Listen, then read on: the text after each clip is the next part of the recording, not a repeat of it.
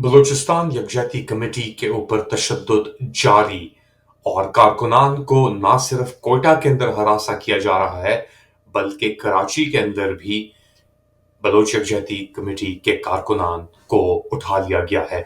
इसके साथ साथ रफ्तार जो पाकिस्तान का मेरे ख्याल से अब वाहिद आज़ाद OTT ऑनलाइन प्लेटफॉर्म है, उसके दफातर के ऊपर रेड किया गया है। बस कुछ दिन फरहान मलिक जो ओनर हैं, एडिटर हैं रफ्तार के, उनकी गिरफ्तारी के बाद उस पर भी बात करेंगे।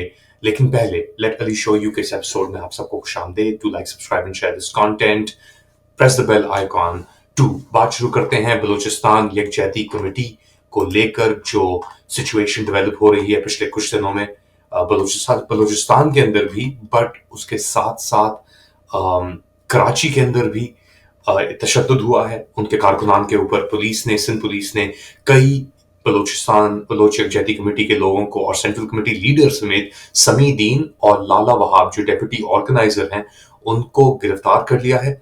और जो तस्वीरें आ रही हैं, जो वीडियोस आ रही हैं कराची से, वो बहुत ही अफसोसनाक। ये बात कर करके इंसान थक जाता है कि यार इतना तशद्दुद आप निहत्ते लोगों के साथ कैसे कर सकते हैं, कैसे आप अलाउ कर सकते हैं सिक्योरिटी फोर्सेस को इस तरीके से मार पीट करना, उठा लेना लोगों को।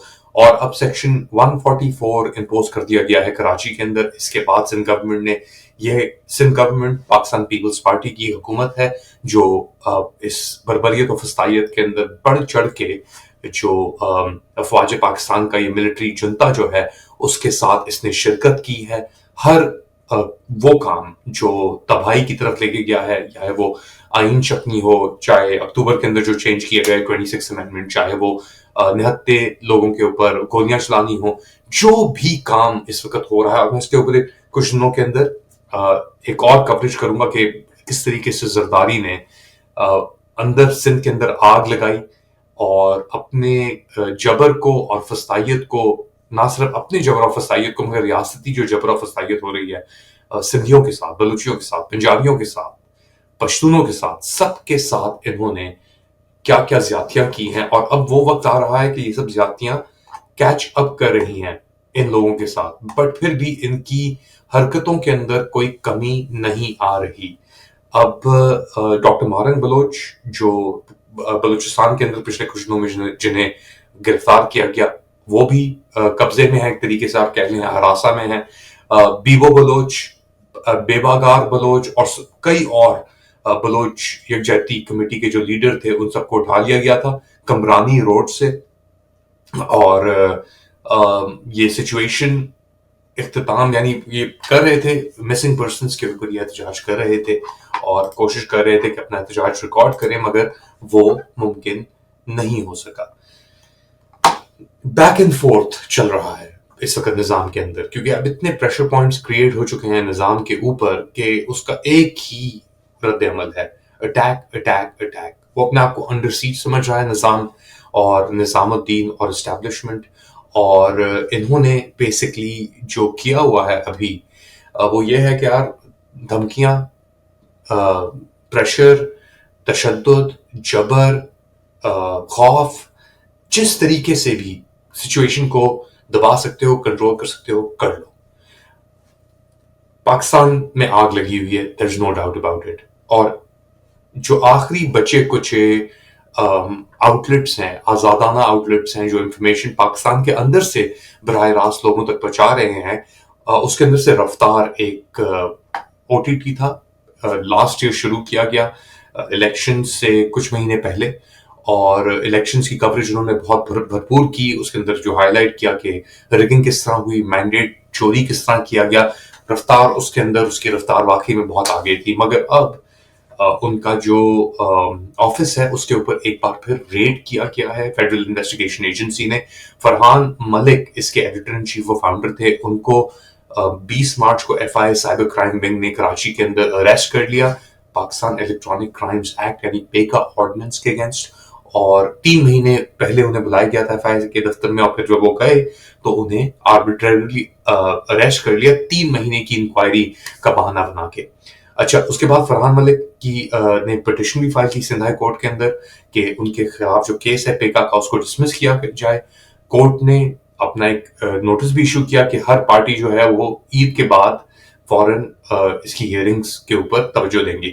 فرحان ملک کے لائر معیز جعفری بہت انہوں نے یہ جو کیس ہے اس کو بہت غیر قانونی اور ملیشیس قرار دیا ہے اور کہا ہے کہ یہ ایک کوشش ہے ریاست کی طرف سے کس طریقے سے آزادانہ جرنلزم کو اور خاموش کیا جائے. ان کے ساتھ یہ ہو رہا ہے. دوسری جانب اسلام آباد، یہ کراچی کے اندر ہو رہا ہے، دوسری جانب اسلام آباد ہائی کورٹ کے اندر اسلام آباد کے جو آئی جی پی ہیں انہیں طلب کر لیا گیا ہے احمد نورانی کے جو 2 بھائی ہیں ان کی بازیابی کے لیے، اور ایمان حاضر مزاری جو ہیں وہ ریپرزینٹ کر رہی ہیں، اور ان کی والدہ بھی موجود تھی احمد نورانی کی. بہت بری سچویشن ہے کیونکہ جب یہ سٹوری بریک ہوئی 16 مارچ کو، اس کے بعد سے ایک تشدد کی لہر چل چکی ہے، اور اس سٹوری نے بیسکلی جو آپ کی اعلیٰ قیادت ہے اس کے اندر جو نیپوٹزم اور کرپشن ہے اس کو ہائی لائٹ کیا تھا. احمد نورانی کی والدہ کیا کہہ رہی ہیں اس موقع کے اوپر کہ ان کے 2 بیٹے غائب کر دیے گئے ہیں، تشدد کا نشانہ بنائے گئے ان کے سامنے، انہیں پہلے سنیں. مجھ سے کہا کہ میرے بچوں کو اگر کچھ ہو جاتا ہے تو کون مالی بھرسا، کون بتائے، ہائی کورٹ ہے یا یہ ریاست ہے یا یہ جو پولیس تھانے ہے یا یہ جو درندے لے کے گئے ہیں، ان کو کون پوچھے گا، کون کہے گا. مجھے سمجھ نہیں آ رہی کہ میں کیا کہوں. تو یہ تھی احمد نورانی کی والدہ اور یہ بیان کر رہی تھی کہ کیا سچویشن چل رہی ہے ان کے بیٹوں کے ساتھ، صرف اظہار رائے اور ایک خبر بریک کرنے کے اوپر جو ان کا بیٹا امریکہ میں جو بیٹھا ہوا ہے احمد نورانی انہوں نے کی، اور اس کے بعد ان پہ کس طرح جبر ہوا. ایک تیسرا انسٹنس جو جبر کا میڈیا کے اوپر چل رہا ہے وہ ہے بیسکلی سوراب برکت، ینگ اور بہت ہی ڈائنامک جرنلسٹ ہیں یہ پاکستان کے. سیاست ڈاٹ پی کے ساتھ ان کا تعلق ہے اور پالیٹکس ڈاٹ پی کے ساتھ، اور ان کو ایف آئی اے نے بلا لیا تھا کویشچننگ کے لیے، مگر اب اسلام آباد ہائی کورٹ کے اندر جسٹس سرفراز دوگر نے ان کے خلاف جو کارروائی تھی ایف آئی اے کی اس کو فی الحال روک دیا ہے. کب تک روکا ہے یہ ہمیں نہیں پتا، بٹ آپ دیکھ سکتے ہیں کہ ہر طرف ایک آگ سی لگی ہوئی ہے، اور ریاست کا جو فوکس ہے وہ ہے کہ جو لوگ وارن کر رہے ہیں، چلا رہے ہیں، آواز دے رہے ہیں کہ یار آگ لگ گئی ہے، آگ لگی ہے، آگ لگی ہے، ان کو خاموش کر دو. آگ بھڑک رہی ہے، بھڑکنے دو، چل جائے، کوئی مسئلہ نہیں ہے. تو یہ سچویشن ہے وہاں پہ. آخر میں اسلام آباد ہائی کورٹ نے ہی جو ہفتے میں 2 بار ملاقاتیں ہوتی ہیں عمران خان سابق وزیر اعظم اڈیالہ جیل میں، ان کو دوبارہ برقرار کر دیا ہے. یہ معطل ہو گئی تھی کچھ عرصے کے لیے، اور یہ کہا ہے کہ جی جو بھی ملاقات کرے وہ ملاقات کے بعد سیاسی گفتگو نہ کرے میڈیا کے سامنے اور ملاقات کر کے چلا جائے. اس کے اوپر سلمان اکرم راجہ کا بھی رد عمل آیا ہے جو پاکستان تحریک انصاف کے سیکرٹری جنرل ہیں. انہیں سنتے ہیں پھر بات کو اختتام. فقہ ملیں گے وہ اسی وقت جیل سے باہر آ کر کوئی سیاسی گفتگو نہیں کریں گے. تو ہم نے کہا ٹھیک ہے، جیل کے باہر آ کے وہ سیاسی گفتگو نہیں. آپ سمجھتے ہیں کہ یہ آئین اور قانون کے مطابق ہے، شرط کہ گفتگو نہ کی جائے؟ دیکھیے انہوں نے یہ کہا کہ لا اینڈ آرڈر سچویشن پیدا ہو سکتی ہے اس گفتگو سے، تو ہم نے کہا ٹھیک ہے، نہیں کریں گے. دیکھیے گفتگو پہ تو قدغن کسی انسان کی نہیں لگ سکتی نا. یہ تمام لوگ ممبران پارلیمنٹ ہیں، سینٹ میں ہیں، نیشنل اسمبلی میں ہیں، وہ جہاں انہوں نے اپنا کوئی نقطۂ نظر پیش کرنا ہوگا وہ کر دیں گے، اس سے تو کوئی انہیں نہیں روک سکتا. تو یہ تھے سلمان اکرم راجہ پاکستان تحریک انصاف کے لیڈر، اور یہ بتا رہے تھے کہ کس طریقے سے اب سچویشن چل رہی ہے اڈیالہ جیل میں. آپ لوگ کیا سمجھتے ہیں کیا ہو رہا ہے؟ بتائیں مجھے کامنٹ سیکشن میں. Do like, subscribe and share this content. اپنا خیال رکھیے گا. اگلی بار تک اللہ حافظ.